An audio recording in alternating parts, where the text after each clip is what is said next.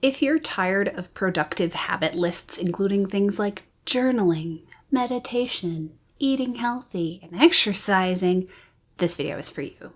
By the end of this video, you'll know the 8 productive daily habits that keep me on track as a neurospicy spoonie. If you're neurospicy or a spoonie and are looking to master yourself and your time in a compassionate way, this is the place for you to be. Subscribe to my channel and hit the bell to be notified when I post a new video every other Tuesday. As a productivity expert and life coach who serves those with chronic illness, mental illness, and neurodivergence exclusively, a lot of what I do involves teaching my clients ways of doing things that are different from the norm. Now it's your turn. Let's get started. So the first of the 8 productive daily habits that I do is one chore. Just one. And I talk about this a little bit more in depth in my morning routine videos. Essentially, after I finally get myself out of bed, which is a process, the first thing I do in the morning before making breakfast is just one simple chore. I will unload the dishwasher if it's clean. I will load the dishwasher if it's dirty. I will start a load of laundry. If I feel like I have more gas in the tank and more time available to me because I don't have a Zoom appointment with a client too early, I might do 2 chores. But the deal is one chore, just one. And because I have it in my morning routine, it serves 2 purposes. 1, I'm getting a chore done. Yay me. I hate chores. Having this as a habit has been so helpful. But 2, it's a really gentle way for me to warm up my body in the morning. And that's why I include it in my morning routine. I'm getting a chore out of the way. It's done. I can feel good about that. My home feels nicer to be in. I'll be ready to cook dinner later if I'm doing dishes, that kind of stuff. But also it's in the morning. It is done early. It's out of the way. It feels great. So that is productive habit number 1. Number 2, daily check-in with my system.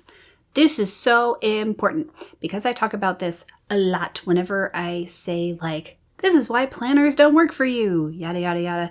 We need to engage with our organizational, task management, time management systems on a regular basis and keep them up to date so we can trust them, so they are useful to us.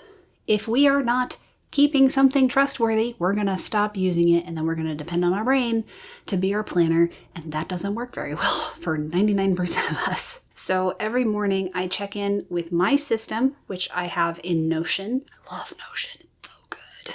And this helps me keep in touch with not only things I need to get done that day, but the context in which I need to get them done. So I'm not losing track of the bigger picture and I'm still able to make choices about how to plan my day in the most effective way.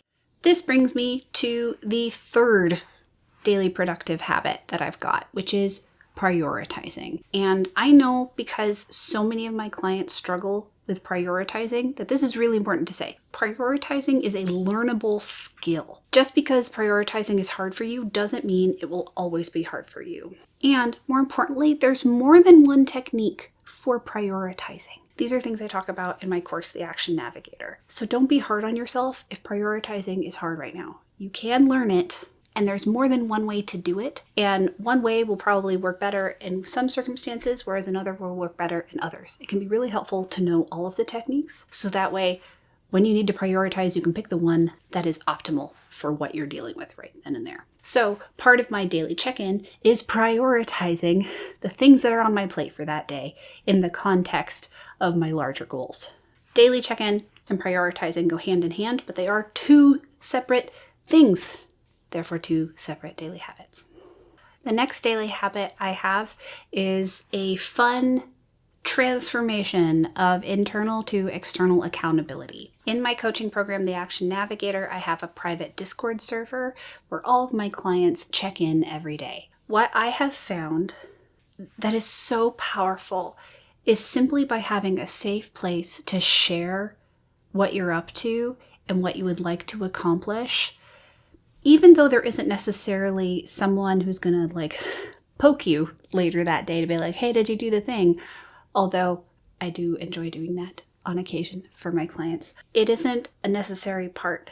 Just knowing that you have shared your to-do list for that day, for example, with a loving and supportive group of people, they see what's on your plate. It provides that little extra external accountability, yeah, I want to, by the end of the day, to go in and put in a little check mark emoji next to each of the things in my to-do list. So We can all celebrate. Hey, I did the things. It's so amazing. For those of you who benefit from external accountability, a really simple way to start doing that is not necessarily to have an accountability buddy. It's not necessarily to have a coach like myself or a community like I have, although that is available to you if you're interested in it. Sharing with someone you feel safe with, being like, hey, here's what I'm trying to accomplish today. And I'd love to tell you at the end of the day how I did. That could be amazing. Even though I'm the authority in my coaching program, I'm the one helping everybody, I benefit from this too. I check in every day in my server with my clients, and I've found it amazing. So it's part of my 8 daily habits too. Comment below and tell me about your relationship with internal versus external accountability. Do you need external accountability in order to take action on things? The next productive daily habit that I have is so important. This is how I live my life, and it is to continuously accommodate my needs. For those of you who have seen my 3 gas tanks video, my needs kind of break down into 3 different categories: physical needs, cognitive needs, emotional needs. And making sure that I am adjusting my plan as I go through the day to accommodate my needs is so important. When I was batch writing the scripts for this and 3 other videos, I was exhausted. And so even though it took me longer to do the writing, I lay down and wrote by hand on my iPad because I simply could not sit up and type at my computer. That was not an option. Even though I work from bed, sitting up with my legs up was just too much for me that day. I had to be lying down. So that's a version of accommodating my needs. Another thing, it's a little embarrassing to share, but I am all about showing up messy. I was having a tougher, just emotional day. I was just feeling a little bit raw last week on a group coaching call with my amazing clients. But what's so magical about creating a safe space for them is that it's also a safe space for me. So I totally was hugging a stuffy during the whole coaching call, and it just made everything so much better. Instead of ignoring the fact that I had higher emotional needs at that time, I leaned into it and I accommodated myself. Constantly throughout my day, I am always accommodating myself. And I remember a time years ago, but in the grand scheme of my life, not that long ago, where I spent the majority of my energy, my time, my capacity, my emotional labor spoons to accommodate everyone else. I was trying to fix myself. I was trying to somehow magically become neurotypical, able-bodied, and mentally healthy. And like I talked about in this video, life transforms and opens up for you when you stop trying to fix yourself and you just lean into the fact that you need support, you need accommodations. Once you give yourself unconditional permission to need accommodations and then to accommodate yourself, magic happens. Next one, I think we are on number 6, intentional transitions. And this is particularly for task initiation. A lot of what I coach around is to help people with that nebulous, hard to reach skill of task initiation. How do I get myself off the sofa into the bathroom to brush my teeth? How do I get myself out of bed in the morning to the office so I can do work? How do I get myself to work if you actually have to go to work if you don't work in your own home? How do you do those transitions? Intentional transitions is so powerful. It's basically breaking down the steps between where you are now and where you want to be, which is physical, cognitive, emotional. So that way you actually can support yourself through that process. If you're struggling because you're on the sofa watching Netflix, but you need to go brush your teeth and go to bed, the thing that you need to focus on is how to pause or stop Netflix, turn off your TV or computer, and addressing that moment can be so powerful. And then the next moment would be how do we get you standing up off the sofa? How do we get you so you can walk to the bathroom?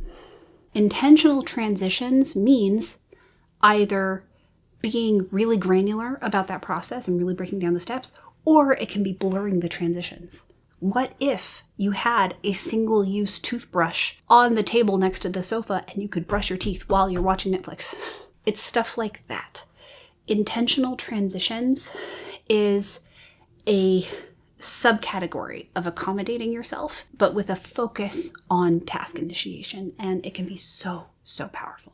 My next productive daily habit is what I call button tier time, and I have taught an entire masterclass on it, and if you're interested in it, it is free. There's a link in the description box below to check it out. But essentially, it is a framework for creating safe expectations for yourself to ensure you actually do stuff. Instead of say, I want to write 1,000 words today. Instead, you say, I'm going to write for 15 minutes. And if all I do is stare at my blinking cursor for those 15 minutes, as long as I continue to try to write in that time, when the timer goes off, I have met my goal.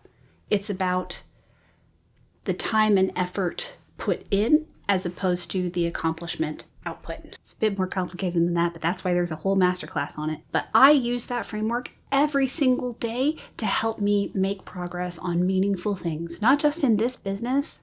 I mean, really, this entire business of mine is built on the back of button tier time. I wouldn't be here without it. I also depend on it in other areas of my life. Simple things like cleaning my apartment, or I also do work as a dance teacher for West Coast Swing. It's how I wrote a novel, Criminy. Button tier time is amazing.